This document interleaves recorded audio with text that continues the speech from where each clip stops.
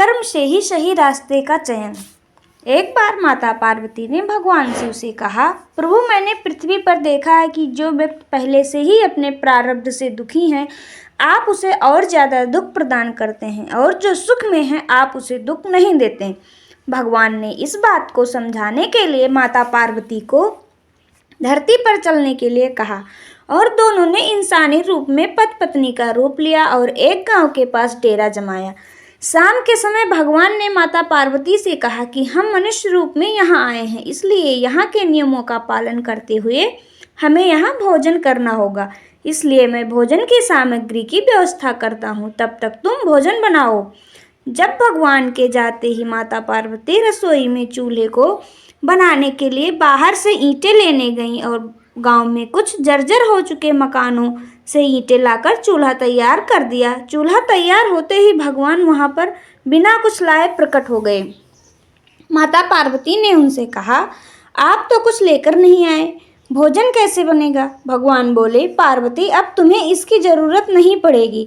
भगवान ने माता पार्वती से पूछा कि तुम चूल्हा बनाने के लिए इन ईंटों को कहाँ से लेकर आई? तो माता पार्वती ने कहा, प्रभु इस गांव में बहुत से ऐसे घर भी हैं जिनका रख रखाव सही ढंग से नहीं हो रहा है। उनकी जर्जर हो चुकी दीवारों से मैं ईंटें निकाल कर ले आई। भगवान ने फिर कहा, जो घर पहले से ही खराब थे तुमने उन्हें और खराब कर दिया। तुम ईंटें उन सही घरों के दीवारों से भी तो ला सकती थी। माता पार्वती बोली, प्रभु उन घरों में रहने वाले लोगों ने उनका रख रखाव बहुत ही अच्छे तरीके से किया है और वो घर सुंदर भी लग रहे हैं।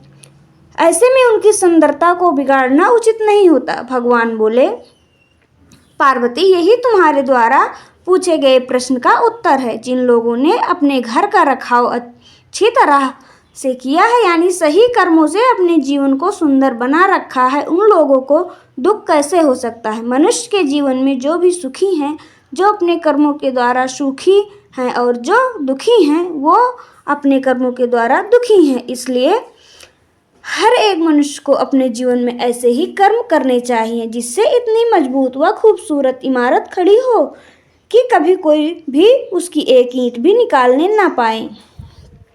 प्रिय बंधुओं व मित्रों, यह काम जरा भी मुश्किल नहीं, केवल सकारात्मक सोच और निस्वार्थ भावना की आवश्यकता है। इसलिए जीवन में हमेशा सही रास्ते का ही चयन करें और उसी पर चलें। हमेशा अच्छे कर्म करें, जीवन में हमेशा सही रास्ते का चयन करें।